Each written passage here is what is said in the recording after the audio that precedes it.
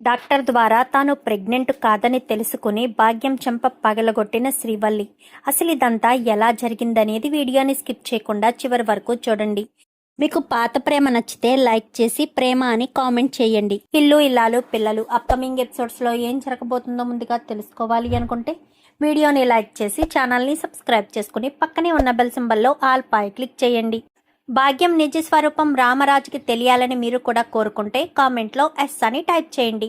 మొత్తం మీద చూసుకున్నట్లయితే గనుక ఇంకా వల్లి బాగా ఆడుకోవాలని నర్మదతో ప్రేమతో రామరాజు ఇచ్చిన బెల్లను అస్తమాను కొడుతూ అది కావాలి ఇది కావాలి అని క్షణం పాటు వాళ్ళని కూర్చొనివ్వకుండా ఆ పని చెయ్యాలి ఈ పని చెయ్యాలి, మామయ్య గారు నేను చేస్తే ఊరుకోరు, మీరే చెయ్యాలి, మిమ్మల్నే తిడతారు అంటూ బట్టలు ఉతకమని ఇల్లు తొడమని ఒకటి కాదు రెండు కాదు ఇంకా ఇంట్లో పనులన్నీ కూడా వాళ్ళతోటి చేయించి రివెంజ్ తీర్చుకుంటుంది. ఇంకా వల్లి అయితే ఇదంతా చేసి అలసిపోయి వచ్చి కూర్చున్న తర్వాత ఏంటి ఏమైంది అనగానే ఆ వల్లి యొక్క క్షణం పాటు కూర్చొనివ్వట్లేదు, నిలబడనివ్వట్లేదు, అది కావాలి ఇది కావాలని టార్చర్ చేసేస్తుంది అనగానే వదిన రివెంజ్ ప్లాన్ చేసింది కదా అని చెప్పి ధీరజ్ అంటాడు.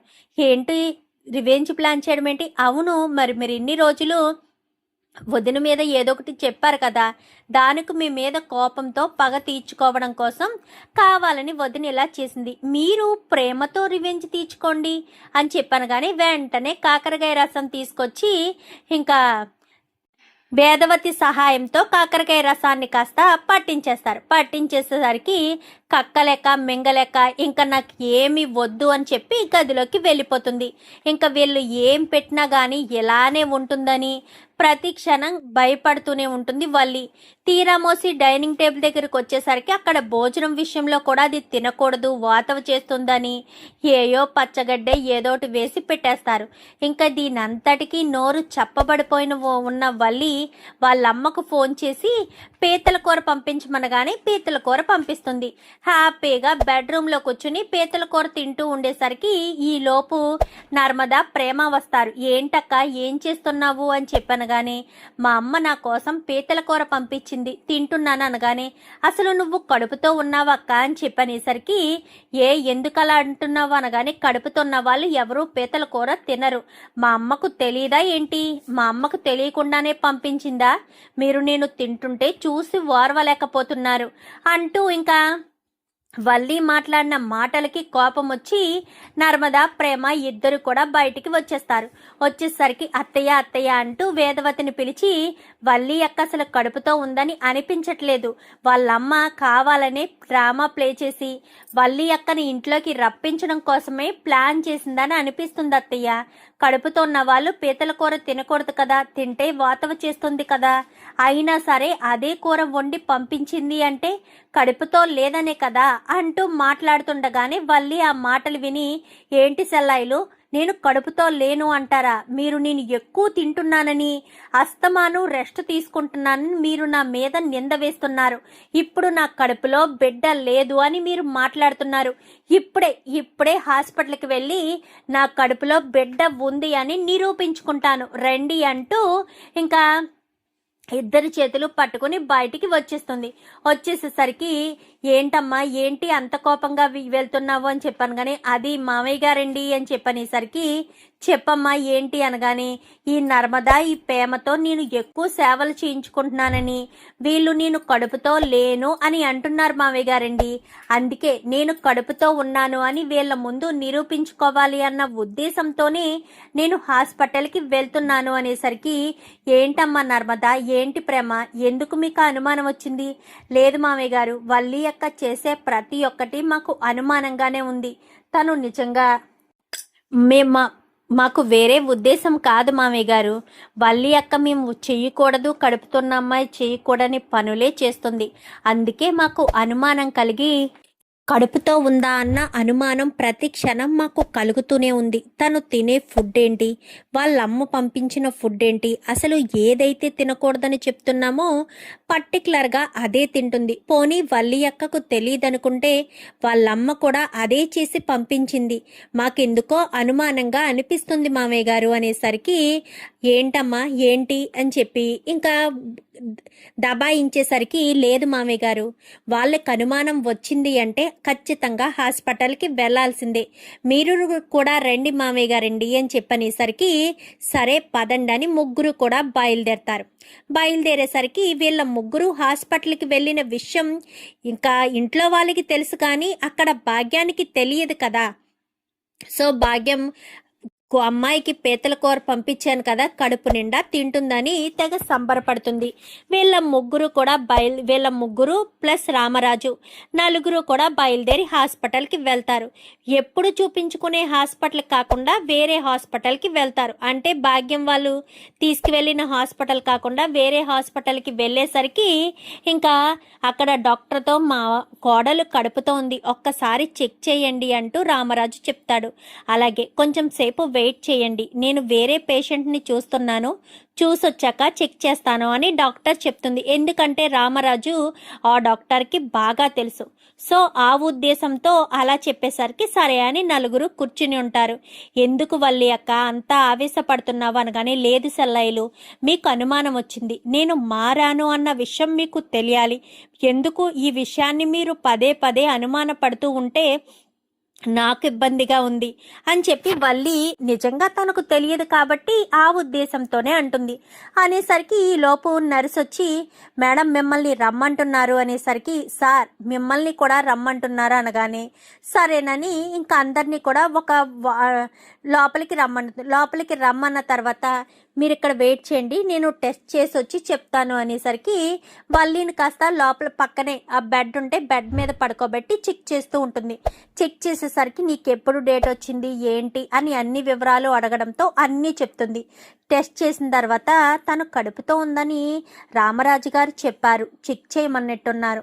సర్లే తను కడుపుతో లేదన్న విషయం చెప్పాలి అని డాక్టరు నువ్వు బయటకు వచ్చేసేయమ్మా అనగానే సరే డాక్టర్ అని చెప్పి బయటకు వచ్చేస్తుంది. అక్కడ వల్లి అడుగుంటే సరిపోయేది నేను కడుపుతో ఉన్నానా లేదా అని. అక్కడ వల్లి అడగదు, అడగకుండానే బయటికి వచ్చేసిన తర్వాత ఏంటి డాక్టర్ చెప్పండి అనగానే, అసలు తను కడుపుతో ఉందన్న విషయం ఎవరు చెప్పారు రామరాజు గారు అని చెప్పనేసరికి ఒక్కసారిగా షాక్ అయిపోతారు ముగ్గురు. ఒకరి ముఖాలు ఒకరు చూసుకోవడంతోనే ఈ లోపు వల్లి వస్తుంది. ఏంటి మామయ్య గారండి, నేను కడుపుతో ఉన్నాను కదా, మీకు ఇప్పుడు తెలిసింది కదా అనగానే, లేదమ్మా నువ్వు కడుపుతో లేవు అని డాక్టర్ చెప్తుంది. ఒక్కసారిగా వల్లి షాక్ అవుతుంది. ఏంటి డాక్టర్ ఏమంటున్నారు, నేను కడుపుతో లేను అంటారేంటి, నేను కడుపుతో ఉన్నాననే కదా ఆ డాక్టర్ గారు చెప్పారు అనేసరికి, ఏ డాక్టరు అనగానే పలానా హాస్పిటల్లో ఉన్న డాక్టరు అనగానే, పలానా హాస్పిటల్లో ఉన్న డాక్టరా, తను నా ఫ్రెండే కదా, 1 మినిట్ రామరాజు గారు, అసలు తను ఎందుకు అలా చెప్పిందో ఏంటో తెలుసుకుంటానని వెంటనే ఆ డాక్టర్కి ఫోన్ చేస్తుంది. ఫోన్ చేసేసరికి ఏంటి అనగానే, నీ దగ్గరికి శ్రీవల్లి అనే పేషెంట్ వస్తే తను ప్రెగ్నెంట్ అని చెప్పావంట, ఏంటి ప్రెగ్నెంట్ కాదు కదా తను, నేనిప్పుడు నా దగ్గరికి వచ్చింది అదే పేషెంటు, తను ప్రెగ్నెంట్ కాదు, మరి నువ్వు ప్రెగ్నెంట్ అని ఎలా చెప్పావు అని చెప్పి ఆ డాక్టర్ని అడిగేసరికి, నేను ప్రెగ్నెంట్ అని చెప్పమని వాళ్ళమ్మ నా కాళ్ళు పట్టుకుని బ్రతిమాలితేనే చెప్పాను, లేదంటే నేనెందుకు అబద్ధం చెప్తాను, తన కూతురు కాపరం నిలబెట్టమని అడిగితేనే చెప్పానే తప్ప తను అసలు ప్రెగ్నెంటే కాదు, ఆ విషయమే చెప్పానని చెప్పి డాక్టర్ చెప్తుంది. ఇదంతా కూడా స్పీకర్లో ఉంచి ఫోను మాట్లాడడంతో రామరాజు వాళ్ళు వీళ్ళంతా కూడా వింటారు. విని ఇంకా సరే డాక్టర్ వెళ్తాము అని చెప్పి నలుగురు బయటికి వచ్చేస్తారు. బయటికి రావడంతో ఇంకా వల్లికి చాలా కోపం వస్తుంది.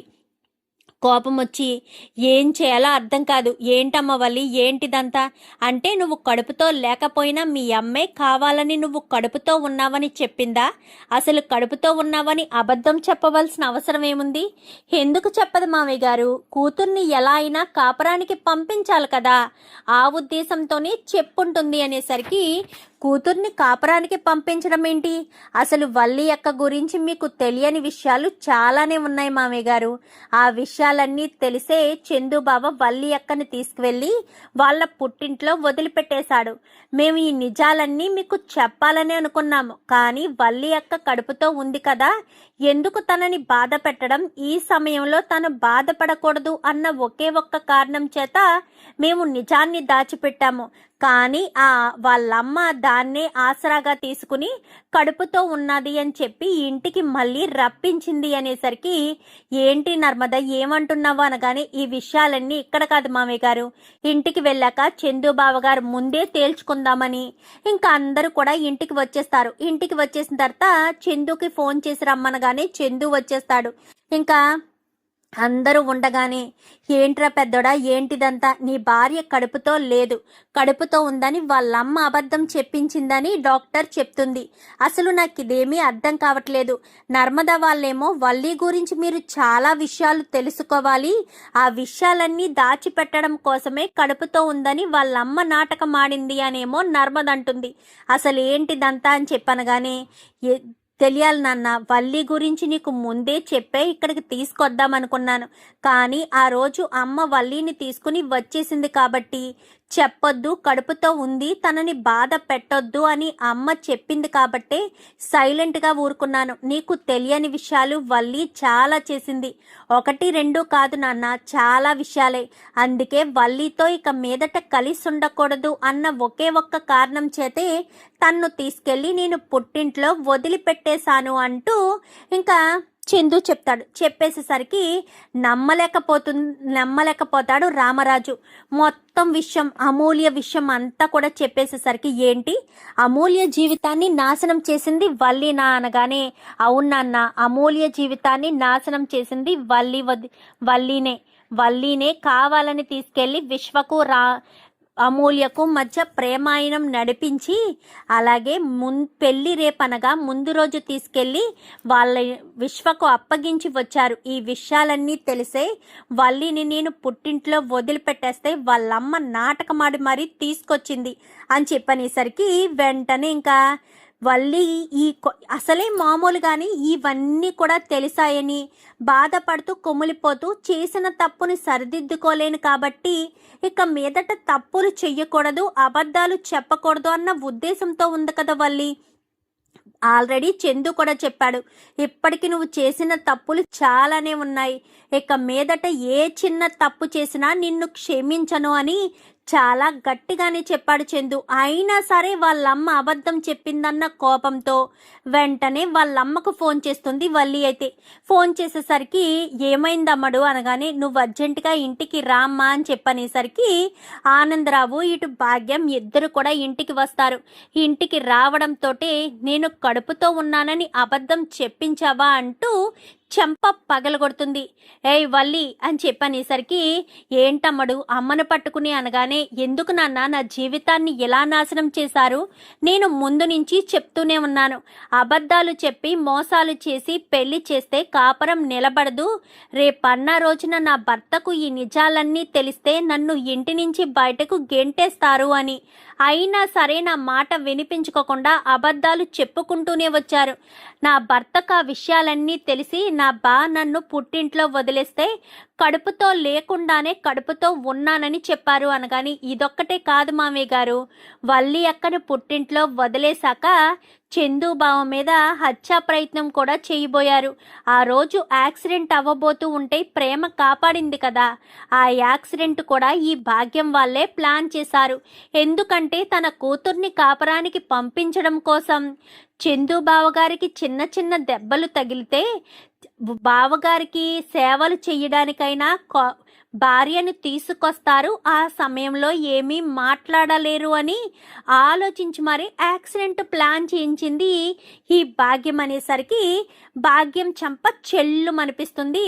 ఇంకా వేదవతి అయితే, నా కొడుకు ప్రాణాలు తీయాలని చూస్తారా, ఏం చేస్తున్నారే మీరు, అసలు కూతురు కాపురం చేసుకోవాలన్న ఉద్దేశంతోటైనా ఇవన్నీ చేసావు నువ్వు, అసలు నీకు బుద్ధి జ్ఞానం ఉందా, ఇలా ఎవరైనా చేస్తారా, రేపన్న రోజున విషయాలన్నీ బయటకొస్తే నీ కూతురి జీవితం ఏమవుతుందని ఆలోచించలేకపోయావా, అసలు ఏమనుకుని ఏం చేద్దామన్న ఉద్దేశంతో ఇదంతా చేసావు భాగ్యం అంటూ మాట్లాడేసరికి, మీకు ఆస్తి లేకపోయినా మేము ఏమో అని అనుకునే వాళ్ళం కాదు, అయినా సరే మీరు నిజాన్ని దాచిపెట్టి మోసం చేయాలనుకున్నారా, అసలు అలా ఎలా చేద్దామనుకున్నారు, మీ ఆస్తి కోసం ఎప్పుడైనా ఆయన మాట్లాడారా, మీ అంతస్తు కోసం ఏ రోజైనా అడిగారా?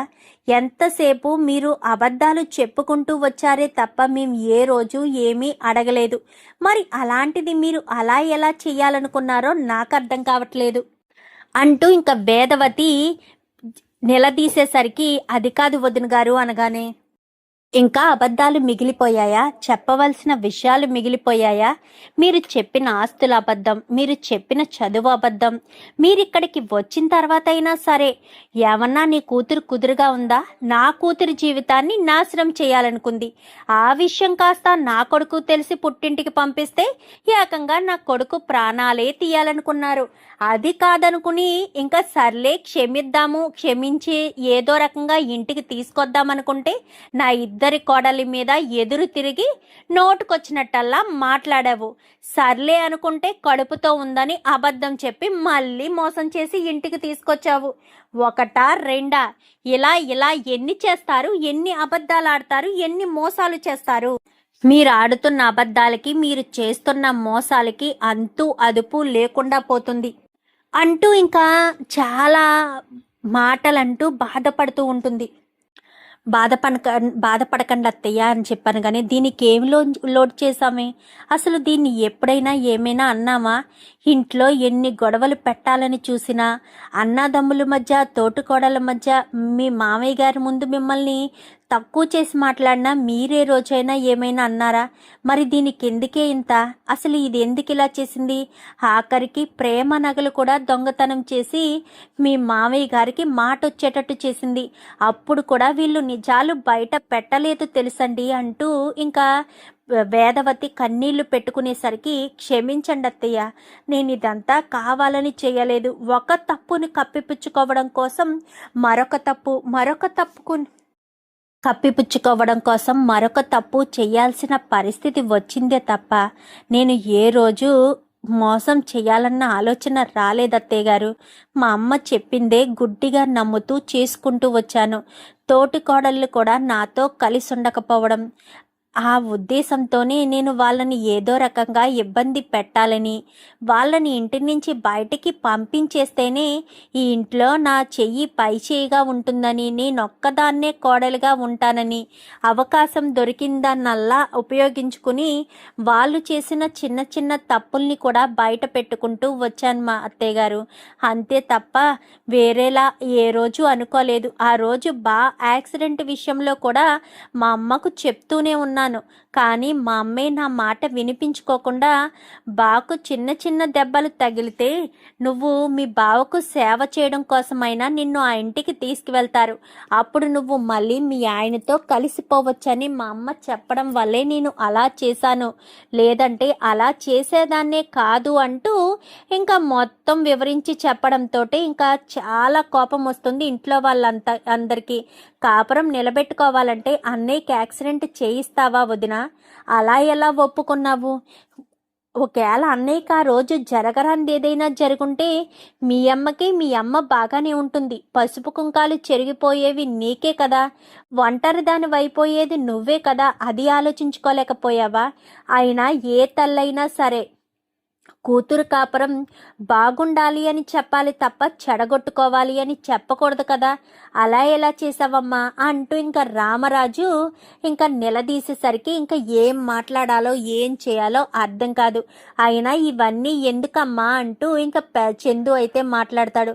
అది కాదురా పెద్దోడా అనగానే, వద్దమ్మా, ఇది ఎప్పుడైతే నా చెల్లెలి జీవితాన్ని నాశనం చేయాలని చూసిందో, ఎప్పుడైతే నాకు యాక్సిడెంట్ చేయాలని చూసిందో, ఎప్పుడైతే కడుపుతో ఉన్నానని నాన్న ఎమోషనల్తో ఆడుకోవాలని చూసిందో, అప్పుడే దీన్ని నేను క్షమించకూడదు అనుకున్నాను. నాకు ఎంతో విలువైన వాళ్ళు నా చెల్లెలంటే నాకు చాలా ప్రాణం. నా చెల్లెల గురించి నేను ఎప్పుడూ ఆలోచిస్తాను. అలాంటి నా చెల్లెలి జీవితాన్ని నాశనం చేయడానికి చూసింది. అసలు తనకు తోడపుట్టిన చెల్లెలు ఉంది కదా, తన జీవితం కూడా ఇలాగే ఎవరైనా చేస్తూ ఉంటే చూస్తూ ఊరుకుంటారా? తెలిసి ఆడబిడ్డ జీవితంలో ఇలా చేస్తారా? ఆడపడుచు అంటే కూతురు లాంటిదే కదా, కూతురు జీవితాన్ని ఏ తల్లైనా ఇలా చేసుకుంటుందా అంటూ ఇంకా చందు చాలా బాధపడతాడు. పెద్దోడా, నన్ను క్షమించరా అంటూ ఇంకా రామరాజు అనగానే, నువ్వెందుకు నాన్న క్షమించమని అడగడం? నా తలరాత ఎలా ఉంది, నాకు ఎలాంటి భార్య రావాలనుంది, అందుకే ఇలా మోసం చేసి అబద్ధాలు చెప్పి కుట్రలు చేసే భార్య వచ్చింది. నేనింకా వల్లితో కలిసి ఉండలేను నాన్న, దయచేసి నన్ను అర్థం చేసుకోండి. వల్లితో కలిసున్న ప్రతిసారి కూడా నా చెల్లెలి జీవితాన్ని నాశనం చేసిందన్న విషయమే నాకు గుర్తొస్తూ ఉంటుంది. దయచేసి నా ఇబ్బందిని అర్థం చేసుకోండి నాన్న అంటూ ఇంకా చందు అయితే అనేసరికి, అది కాదురా పెద్దోడా అనగానే, వద్దమ్మా, నేను వల్లితో ఉండలేను, తను కడుపుతో ఉంది అన్న ఒకే ఒక్క కారణం చేత తనని క్షమించాలి అని నువ్వు చెప్పావు కాబట్టి నేను ఒప్పుకుని తనతో కలిసి జీవించడానికి ఒప్పుకున్నాను. కానీ తను అసలు కడుపుతోనే లేదు, కడుపుతో ఉందని అబద్ధం మళ్ళీ చెప్పి ఇంట్లో అడుగు పెట్టించారన్న విషయం తెలిసాక అసలు నాకు వల్లి వంక చూడాలంటేనే అసహ్యం కలుగుతుంది అంటూ ఇంకా చందు చాలా కోపంగా బయటికి వచ్చేస్తాడు. బయటికి గుమ్మం దాకా వచ్చి, చూడండి నాన్న, ఎప్పుడూ మీ మాటకు నేను ఎదురు సమాధానం చెప్పలేదు. మీరు ఎప్పుడు ఏది చేయమంటే అది చేసుకుంటూ మీకు మంచి పేరునే తీసుకురావాలని ప్రతి క్షణం నేను తాపత్రయపడ్డాను. కానీ ఇప్పుడు మాత్రం మీ మాట కాదంటున్నానని, మీరు తీసుకున్న నిర్ణయానికి ఎదురు చెప్తున్నానని మరోలా అనుకోవద్దు. వల్లి ఉన్న ఈ ఇంటికి నేను రాను. వల్లితో కలిసి ఇంకా జీవితాన్ని కొనసాగించలేను. నాకు వల్లి అంటే ఇష్టం ఉండేది ఒకప్పుడు. అమాయకురాలు ఎలా బ్రతుకుతుందో ఏంటో అని అనుకునేవాడిని. కానీ ఇప్పుడు వల్లి ఇన్ని చేసిందంటే నాకు అసలు వల్లిని చూడాలంటేనే విరక్తి కలుగుతుంది. దయచేసి నా జీవితంలోంచి వల్లిని తప్పించేయండి, వల్లి నాకు అవసరం లేదు అంటూ ఇంకా చందు మాట్లాడేసరికి, అది కాదురా పెద్దోడా అనగానే, వద్దు, ఇంకేం చెప్పొద్దమ్మా అనుకుంటూ ఇంకా అక్కడి నుంచి వెళ్తూ, వల్లి ఇంట్లో లేనప్పుడే నేను ఇంట్లో అడుగు పెడతాను, అప్పటి వరకు నేను ఇంటికి రానంటే రాను అంటూ గట్టిగా చెప్పి అక్కడి నుంచి కాస్త వెళ్ళిపోతాడు. వెళ్ళిపోయేసరికి ఇంకా చందు కాస్త వెళ్ళిపోయేసరికి బా అంటూ పిలిచిన, వెళ్ళమ్మ వల్లి, ఇన్ని రోజులు వాడు నేను ఏం చెప్పినా చేశాడు. ఇంకా వాడి మనసును బాధ పెట్టి నిన్నింకా నేను ఇంట్లో ఉంచలేను. నాకు నా కొడుకే ముఖ్యం తప్ప నువ్వు కాదు. నువ్వు కడుపుతో ఉన్నావని ఎంత సంతోషపడ్డానో తెలుసా? నేను ఏరుకోరు తీసుకొచ్చిన కోడలు నా కుటుంబం గురించి ఇంతెలా ఆలోచిస్తుందని ఎంతగానో సంబరపడ్డానో తెలుసా? కానీ నువ్వు ఎప్పుడైతే ఇలా చేసావో అప్పుడే నాకు చిరాకొచ్చింది. ఇక మీదట నువ్వు ఇంట్లో ఉండడానికి వీల్లేదు. దయచేసి నా కొడుకు జీవితంలోంచి, మా ఇంట్లోంచి బయటికి వెళ్ళిపోతే నేను చాలా సంతోషపడతాను. తీసుకెళ్ళిపోండి, మీ కూతుర్ని తీసుకెళ్ళిపోండి. మీ కూతురు కాపురం చెడిపోవాలని చేశారో, ఏ ఉద్దేశంతో చేశారో తెలియదు, కానీ చేసుకుంటూ వచ్చారు కదా.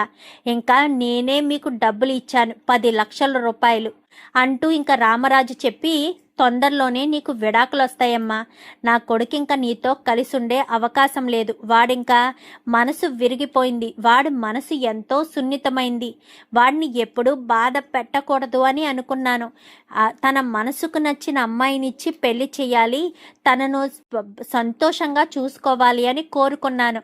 కానీ ఇంతలా మోసం చేసే అమ్మాయిని తీసుకొచ్చి నేనే నా చేతులారా నా కొడుకు జీవితాన్ని నాశనం చేస్తానని కలలో కూడా అనుకోలేదు అంటూ రామరాజు కాస్త మాట్లాడేసరికి, అది కాదు మామయ్య గారండి అని చెప్పాను. కానీ చూడు వల్లి, నేను చాలా శాంతంగా చెప్తున్నాను.